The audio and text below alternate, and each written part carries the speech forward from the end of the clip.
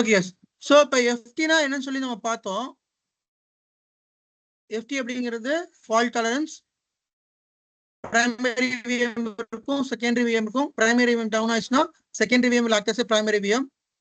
Then the primary VM creates the secondary VM another host. இதுதான் fault tolerance. இப்போ இதுக்கு என்னென்ன ப்ரீரெக்விசிட்ஸ் இருக்குது, என்ன சாட்டிஸ்ஃபை பண்ணாதான் இதெல்லாம் பண்ண முடியும் அப்படிங்கிறத இப்போ நம்ம வந்து பார்க்கலாம். ஓகேங்களா? ஸோ நான் சொன்ன மாதிரி வாட் இஸ் ஃபால்ட் டாலரன்ஸ் அப்படின்னா, இது one of the backup technique. இதுல டவுன் டைமே கிடையாது. 0% டவுன் டைம், 100% அப் டைம் இந்த எஃப்டிவிஎம்ல. பட் உங்களால ஒரு ஹோஸ்ட் 4 விஎம் தான் எஃப்டி பண்ண முடியும், அந்த ரெஸ்ட்ரிக்ஷன் இருக்குது. ஸோ இந்த எஃப்டிவிஎம்க்கு ப்ரீரெக்விசிட்ஸ் என்ன அப்படின்னா, விமோஷனுக்கு என்னென்ன ப்ரீரெக்விசிட்ஸ் அப்ளிகபிள் ஆகுமோ அந்த ப்ரீரெக்விசிட்ஸ் இதுக்கும் அப்ளிகபிள் ஆகும். லைக் விமோஷன் என்ன ப்ரீரெக்விசிட்ஸ் வரும் அப்படின்னா, ஷேடோ ஸ்டோரேஜா இருக்கணும், சேம் நெட்வொர்க்கா இருக்கணும், சேம் VLAN இருக்கணும், CPU கம்பேட்டபிளா இருக்கணும், AMD to AMD, Intel to Intel screen share ஆகலன்னு நினைக்கிறேன். ஷேர் ஆகலையோ, sorry. So AMD to AMD, Intel to Intel தான் வந்து கிளஸ்டர் டு அந்த கிளஸ்டர் தான் வந்து ஒர்க் ஆகும். ஸோ அந்த இதெல்லாம் வந்து சாட்டிஸ்ஃபை பண்ணாதான் இந்த இதுக்கு ப்ரீரெக்விசிட்னு. அப்புறம் ப்ராசஸர்லேயே வந்து இன்டெல் ப்ராசஸர்ல ஒரு வெர்ஷன் இருக்குது, இன்டெல் சாண்டி பிரிட்ஜ்னு இருக்குது. அந்த ப்ராசஸருக்கு அடுத்து உள்ள ப்ராசஸர் தான் சப்போர்ட் பண்ணும். AMDல வந்து புல்டோசரும் சப்போர்ட் இருக்குது. அது ரொம்ப ஓல்டர் ப்ராசஸர் வந்து சப்போர்ட் பண்ணாது. மியூட் பண்ணுங்க மதன், மீட் பண்ணுங்க மதன்.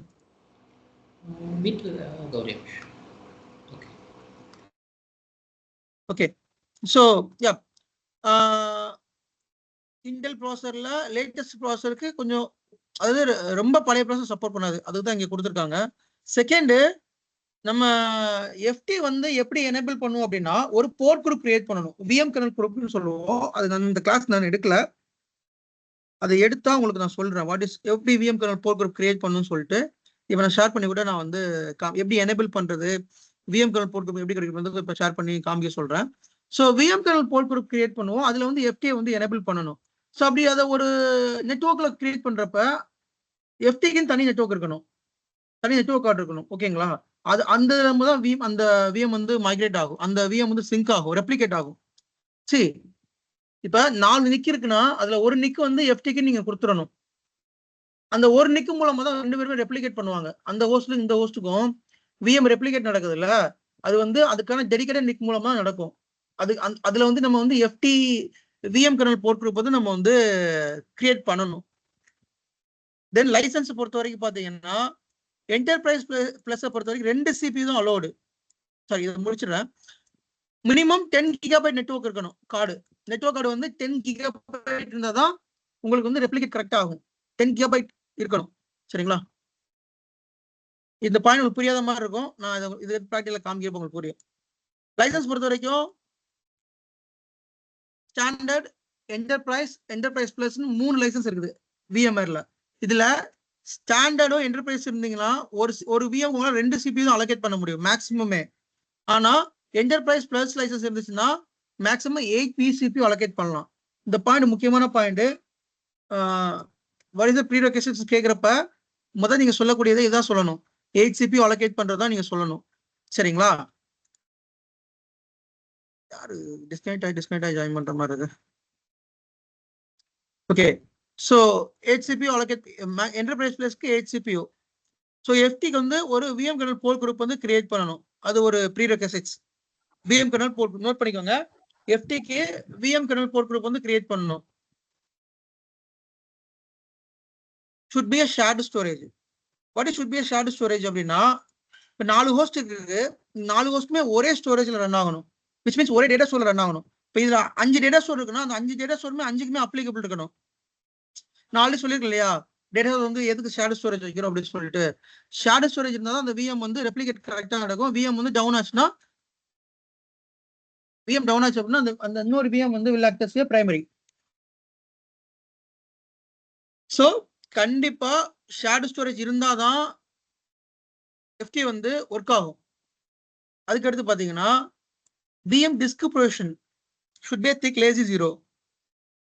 நம்ம வந்து டிஸ்க் ப்ரொவிஷன் பார்த்தோம் போன கிளாஸ், முந்தின கிளாஸ். தின் டிஸ்க்னா என்ன, திக் டிஸ்க்னா என்ன, திக் டிஸ்க்ல லேசி ஜீரோனா என்ன, ஈகர் ஜீரோனா என்னன்னு சொல்லி பார்த்தோம். அப்போ ஒருத்தர் வந்து கொஸ்டின் கேட்டீங்க, ஏன் நம்ம லேசி ஜீரோ யூஸ் பண்ணணும், ஏன் ஈகர் ஜீரோ யூஸ் பண்ணணும்னு. ஸோ பை டிஃபால்ட்டா லேசி ஜீரோல தான் இருக்கும். நம்ம ஒரு விஎம் கிரியேட் பண்றோம்னா திக் லேசி ஜீரோல தான் இருக்கும். உங்களுக்கு வேணும்னா தின் ப்ராசஸர் தின் டிஸ்கா நீங்க மாத்திக்கலாம். பட் நீங்க எஃப்டியா அந்த விஎம் போட போறீங்க அப்படின்னா the disk should be a thick provisioning lazy zero.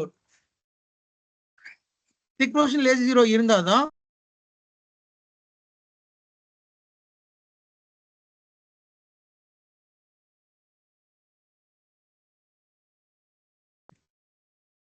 so yeah thick lazy zero-வா தான் இருக்கணும். சரிங்களா? அப்படி இருந்தாதான் உங்களால எஃப்டி அதை போட, அந்த விஎம் எஃப்டில போட முடியும். இல்லாட்டி எஃப்டி வந்து அப்ளிகபிள் ஆகாது அந்த விஎம்க்கு. அதே மாதிரி ஒரு ஹோஸ்டுக்கு 4 விஎம் தான் போட முடியும். 4க்கு மேல விஎம் போட முடியாது ஒரு ESXi-ல. should not be a snapshot. Snapshot கண்டிப்பா இருக்கக்கூடாது.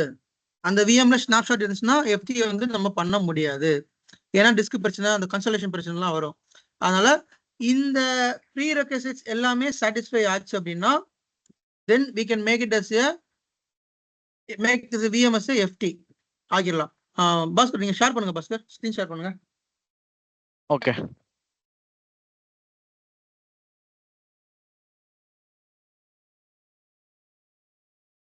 ஸோ இப்போ எஃப்டி எப்படி எனேபிள் பண்றதுன்னு சொல்லி நம்ம பார்க்கலாம். பட் எஃப்டி எனேபிள் பண்றதுக்கு முன்னாடி விஎம் கர்னல் போர்ட் குரூப் நம்ம கிரியேட் பண்ணணும். அது கிரியேட் பண்ணாதான் எஃப்டி வந்து எனேபிள் பண்ண முடியும். விசட் ஓபன் பண்ணிட்டீங்களா? என்ன பண்றேன்.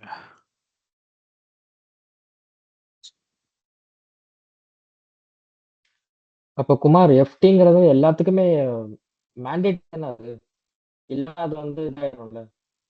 இல்ல மேண்டேட்னு சொல்ல முடியாது. சி அதுல ஒரு பிரச்சனை இருக்கு எஃப்டில. என்ன பிரச்சனைனா 8 மேல கொடுக்க முடியாது. இப்ப இது வந்து ஒரு கிமிக்ஸ் மாதிரி கூட வச்சுக்கோங்களேன். 8 மேல கொடுக்க முடியாது. பெரிய பெரிய விஎம் எல்லாமே 8 மேல தான் ரன் ஆகும். ஒரு டேட்டாபேஸ் விஎம் எடுத்துக்கோங்க, ஒரு வெப் சர்வர் எடுத்துக்கோங்க, ஒரு அப்ளிகேஷன் பெரிய பெரிய விஎம்லாம் எடுத்துக்கோங்க. 16 CPU 64 CPU-லாம் ரன் ஆகும். அந்த விஎம்லாம் உங்களால எஃப்டில கொண்டு வர முடியாது. கொஞ்சம் டம்மியான விஎம் மட்டும் தான் எஃப்டில கொண்டு வர முடியும். அது ஒரு டிராபேக் இதுல. பட் ஆக்டிவ் டைரக்டரி விஎம், இப்ப சில விஎம்ல ஆக்டிவ் டைரக்டரியில இருக்கும். அதெல்லாம் பாத்தீங்கன்னா 8 CPU-க்குள்ளதான் சில நேரத்துல வச்சிருப்பாங்க. அந்த மாதிரி விஎம் நம்ம எஃப்டி கொண்டு வந்துக்கலாம். பட் என்ன பிரச்சனைனா எஃப்டிக்கு டெடிகேட்டா ஒரு நெட்வொர்க் கார்டு இருக்கணும். இதுல கொஞ்சம் சிக்கல் இருக்குது. இந்த எஃப்டில வந்து கொஞ்சம் சிக்கல் இருக்குது. 4 நிக் கார்டு உங்க ESX ஹோஸ்ட்ல இருக்குன்னா ஒரு நிக் கார்டு இதுக்குன்னு டெடிகேட் பண்ணணும். அல்லது ஒரு நிக் கார்டு நீங்க எக்ஸ்ட்ராவா இன்சர்ட் பண்ணணும். அதை இன்சர்ட் பண்ணி அதுல ஒரு VM kernel port group create பண்ணணும். கிரியேட் பண்ணி இந்த சாட்டிஸ்ஃபை பண்ணணும். அது தின்னா இருக்கக்கூடாது, திக்கா இருக்கணும். உங்க என்வரான்மெண்ட் தின் ப்ரொவிஷனிங் வச்சிருந்தாங்கன்னா அப்ப அதுக்கு அவங்க ஒத்துப்பாலும் தெரியாது. நான் சோஃப்ட்வேர் ஒர்க் பண்ண என்வரான்மெண்ட்ல FTVM வந்து பார்த்தது கிடையாது. லைக் இப்ப கரண்டா ஒர்க் பண்ற கம்பெனிலும் சரி, போன கம்பெனிலும் சரி, FTVM பெருசா நாங்க கிரியேட் பண்ணது கிடையாது, பார்த்ததும் கிடையாது. பட் ரொம்ப கிரிட்டிக்கலான சிச்சுவேஷன்ல பண்றாங்க, பண்ணாம இல்ல பண்றாங்க. சோ இது இந்த சாரி, இது ஸ்பேஸ் வந்து எக்ஸ்ட்ரா எடுத்துக்கும். அதனால சில விஎம்க்கு மட்டும் தான் அந்த அப்கோர்ஸ் கண்டிப்பா. இப்ப ஒரு டபுள் ஆகுது இல்ல உங்களுக்கு. இப்ப ஒரு விஎம் வந்து நான் சொன்ன மாதிரி 6 GB RAM இருக்குது, 8 CPU இருக்குது, 1 TB ஹார்ட் டிஸ்க் கொடுத்துருக்கீங்கன்னா அது அப்படியே டபுள் ஆகும்.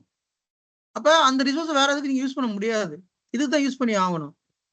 சோ அந்த மாதிரி டைம்ல இதெல்லாம் ஒரு சின்ன டிராபேக்ஸ் இருக்குது. ஓகேங்களா? சோ அந்த விண்டோஸ் விஎம் ரைட் கிளிக் பண்ணுங்க. ஜஸ்டா இதா ப்ரோ? விஎம் அந்த விண்டோஸ் விஎம் இருக்கு பாத்தீங்களா? ரைட் கிளிக் பண்ணுங்க.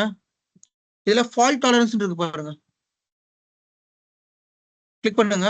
சி இந்த இடத்துல turn on fault tolerance select பண்ணீங்கன்னா இந்த இடத்துல டர்ன் ஆன் ஃபால்ட் டாலரன்ஸ் அப்படிங்கிற ஒரு ஆப்ஷன் வந்து வரணும். இங்க ஏன் வரல அப்படின்னா விஎம் கர்னல் போர்ட் குரூப் வந்து கிரியேட் பண்ணல. So VM kernel port group நான் கிரியேட் பண்ண அப்படின்னா எனக்கு இந்த இடத்துல டர்ன் ஆன் ஃபால்ட் டாலரன்ஸ் வந்துடும். பட் அப்படி விஎம் கர்னல் போர்ட் குரூப் நீங்க கிரியேட் பண்ணணும்னா அதுக்கு டெடிகேட்டடா ஒரு நிக் கார்டு வேணும் அந்த ESX ஹோஸ்ட்ல. சரிங்களா? ஸோ இப்போ go to the ESX host. இதுல கான்ஃபிகர் போங்க. இல்ல ரைட் கிளிக் பண்ண சொல்ல கான்ஃபிகர் போங்க. இதுல விர்ச்சுவல் சுவிட்ச் இல்ல விஎம் கர்னல் அடாப்டர் வாங்க. விஎம் கர்னல் அடாப்டர் நெட்வொர்க்கிங்ல விஎம் கர்னல் அடாப்டர். இதுதான் வந்து விஎம் கர்னல் சுவிட்ச். எத்தனை நிக்கி இருக்கோ அத்தனை நிக்கி ஏற்ற மாதிரி சுவிட்ச் நம்ம கிரியேட் பண்ணிக்கலாம். ஸ்டாண்டர்ட் சுவிட்ச் இது. இதுல ஆட் நெட்வொர்க்கிங் போங்க.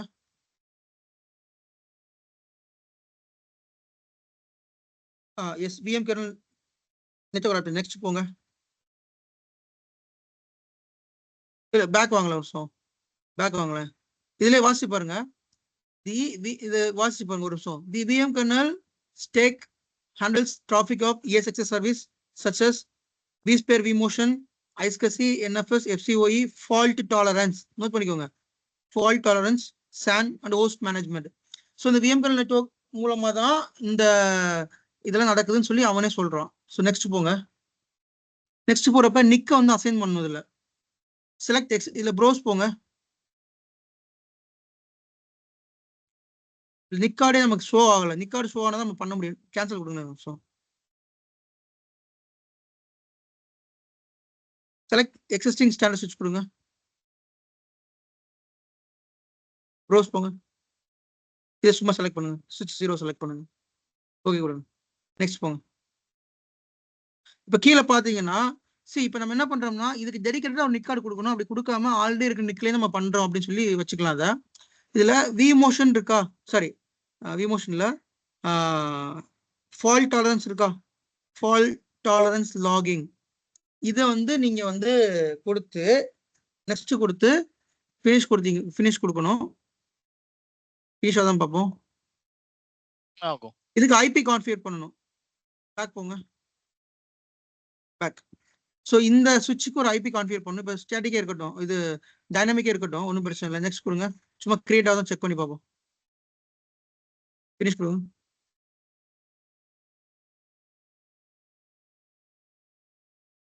ஸோ விஎம் கர்னல் எஃப்டி ஒரு அடாப்டர் வந்து கிரியேட் ஆயிடுச்சு. சரிங்களா? இப்போ அந்த விஎம் இதில் ரன் ஆகுது. ஆப் 01 இந்த பார்க்குறேன். மாற்றி பண்ணிட்டோமா? ஆப் 01 இதில் ரன் ஆகுதோ? சரி, ஓகே. இப்போ இதில் எஃப்டி விஎம் இதுலேயும் ஒரு எஃப்டி கிரியேட் பண்ணுங்களா பார்ப்போம். இது டெஸ்ட் பண்ணி பார்ப்போம். ஒர்க் அவுட் ஆகுதுன்னு எனக்கு தெரியல. But let's try. Configure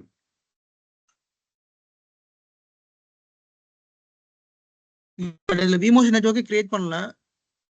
விமோஷன் create பண்ணாதான் பண்ண முடியும்.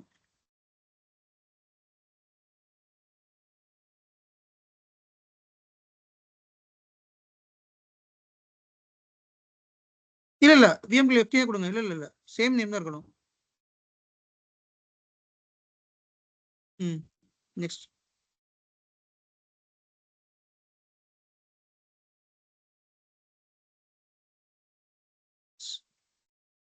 சுவிட்ச் கிரியேட் ஆயிடுச்சு. பட் ஐபி அட்ரஸ் கான்ஃபிகர் பண்ணணும். இந்த இடத்துல நம்ம இங்க பாத்தீங்கன்னா IP 00 இருக்கா?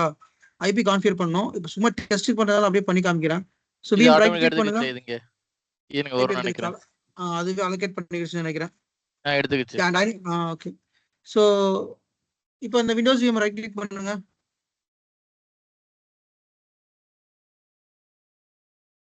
எஃப்டி போங்க. இல்லை எஃப்டி எனேபிள் ஆகலை. ஸோ நம்ம வந்து ப்ராப்பராக கான்ஃபிகர் பண்ணல. சரி, இதுக்கு வந்து விமோஷன் ஃபர்ஸ்ட் எனேபிள் பண்ணிருக்கணும். அந்த விமோஷன் ஒரு நெட்வொர்க் இருக்கா? அது எனேபிள் பண்ணணும். விமோஷன் தனியாக சுவிட்ச், அதாவது விமோஷனுக்கு வந்து கிளாஸ் எடுத்தேன்ல, அதுக்கு ப்ரீரெக்வசிட்ஸ் வந்து கிளாஸ் எடுப்பேன். அதில் நான் விமோஷன் பற்றி இன்னும் கொஞ்சம் தெளிவாக சொல்லுவேன். அப்போ விமோஷன் பண்ணுறதுக்கு தனியாக ஒரு சுவிட்ச் கிரியேட் பண்ணணும். அப்போதான் இந்த ஹோஸ்ட்டுக்கும் விமோஷன் நடக்கும். ஸோ விமோஷனே நம்ம இதில் எனேபிள் பண்ணாதனால மோஸ்ட்லி இப்போ வாய்ப்பு இருக்கு. ஃபைன். எனேபிள் பண்ண வச்சு இது இல்ல ஹெச் எனேபிள் பண்ணாதானே ஃபால்ட் டாலரன்ஸ் எனேபிள் ஆகும். அப்படி இல்லையா? இல்ல பிரச்சனை இல்ல. ஹெச் வந்து எனேபிள் பண்ணவே இல்லையோ நீங்க இந்த கிளஸ்டர்ல? ஹெச் எனேபிள் பண்ணுங்க.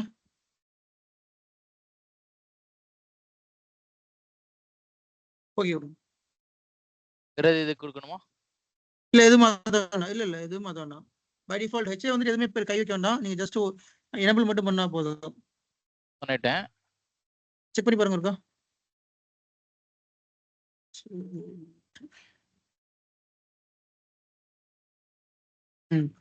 Yes yeah.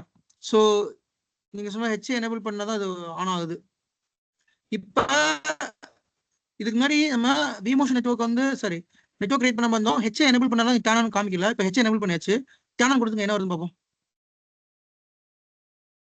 ஹெச் எனேபிள் ஆயிருந்ததுன்னு நினைச்சேன். See, the fall down configure the entity License secure கேக்குது. license. And vMotion support பண்ணனும் கேக்குது. vMotion configure பண்ணிக்கணும், கிரியேட் பண்ணனும். கிரியேட் பண்ணனும். vMotion கிரியேட் பண்ணுங்களேன் பாப்போம். பண்றேங்க. பட் ஆனா லைசென்ஸ் இல்ல. மோஸ்ட்லி இது பண்ண முடியாது. பட் ஓகே vMotion ஒன்னு கிரியேட் பண்ணுங்க பாத்துக்கலாம்.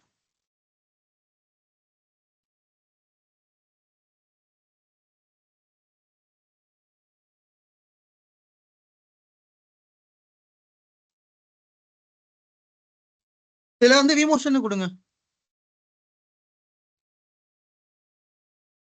V ஸ்மால் லெட்டர் இருக்கணும். VTI இந்த சேம் லெட்டர் தான் அங்கேயும் நீங்க கொடுக்கணும். எஸ் இதுல என்ன லெட்டர் இருக்கோ அப்பதான் அதே ஹோஸ்ட்ல அடுத்த ஹோஸ்ட்ல இதே மாதிரி தான் நேமிங் ஸ்டாண்டர்ட் பக்காவா இருக்கணும். நேமிங் ஸ்டாண்டர்ட் மாத்தக்கூடாது. நெக்ஸ்ட் கொடுங்க. நெக்ஸ்ட் இது ஐபி ஆட்டோமேட்டிக்கா இருக்கட்டும்.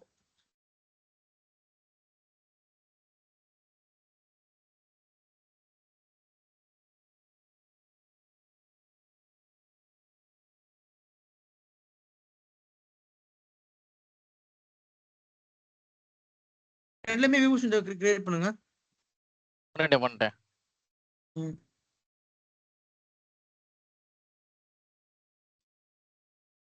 ரெண்டு ஹோஸ்ட்லயும் பண்ணியாச்சா? அந்த ஹோஸ்ட்ல பண்ணியாச்சு. ஓகே இப்ப ட்ரை பண்ணி பாருங்க.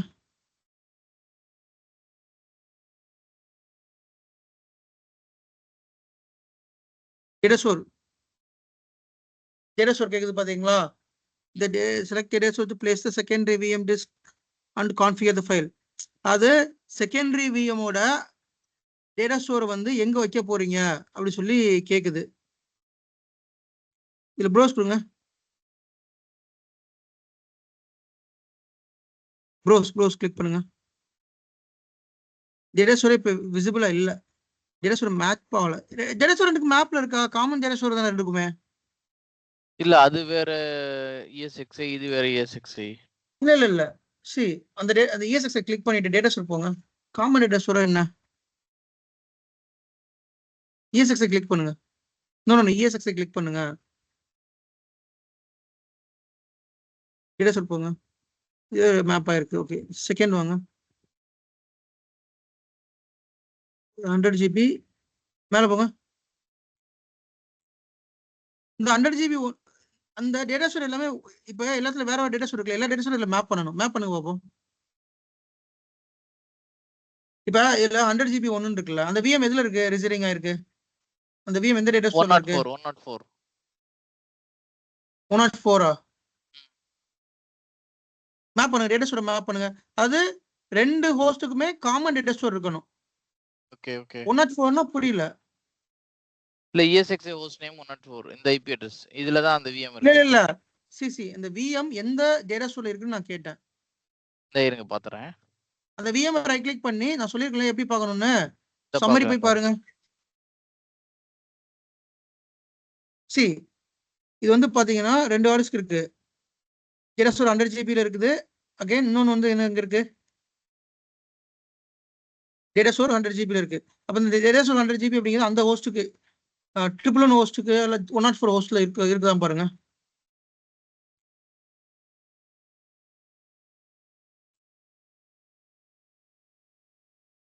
ஒன்னாட் 4ல இருக்கு. அந்த இதுல வந்து அந்த பிராக்கெட் 1ன்றது இல்ல.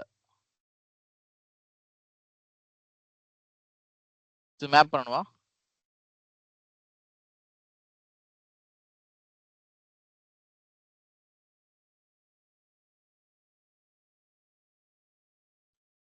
கேக்குதா?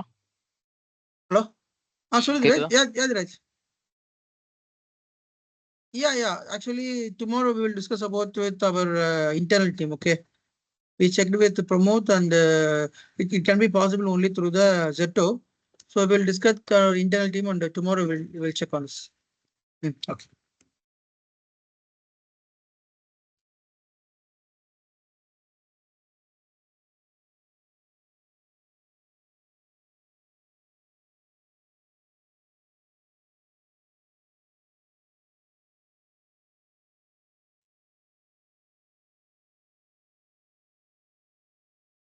பாஸ்கர் இதுக்கு மேல டேட்டா ஸ்டோர் மேப் பண்ணீங்களா? எப்படி மேப் பண்ணீங்க?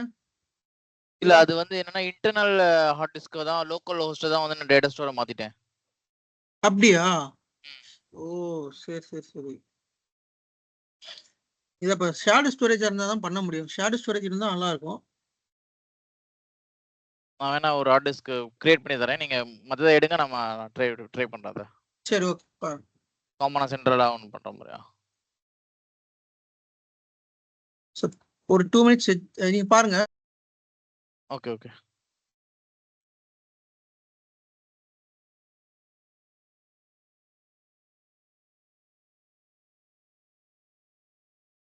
ஓகே. சோ இது பிராக்டிகலா காமிக்கிறதுக்கு ட்ரை பண்றேன். பட் இது முடியுமான்னு தெரியல. லெட்ஸ் see அது எப்படி போகுதுன்னு சொல்லிட்டு. நீங்க இந்த கான்செப்ட் புரிஞ்சா போதும். இது நீங்க பிராக்டிகலா உங்க இடத்துல நீங்க பண்ணுவீங்களான்னு எனக்கு தெரியாது. பண்ணதுக்கான வாய்ப்பும் கிடைக்காது. இது மோஸ்ட்லி எல்லா என்வரான்மெண்ட்லயும் FT இருக்குமான்னு நமக்கு சொல்ல முடியாது. பட் நீங்க புரிஞ்சுக்க வேண்டியது என்னன்னா, வாட் இஸ் FT?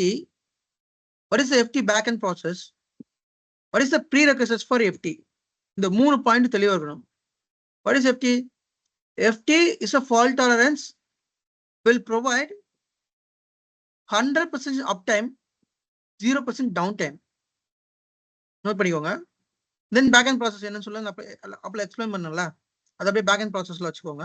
ஸோ இந்த 3 கொஸ்டின் இதுல வந்து கேட்பாங்க. சரிங்களா?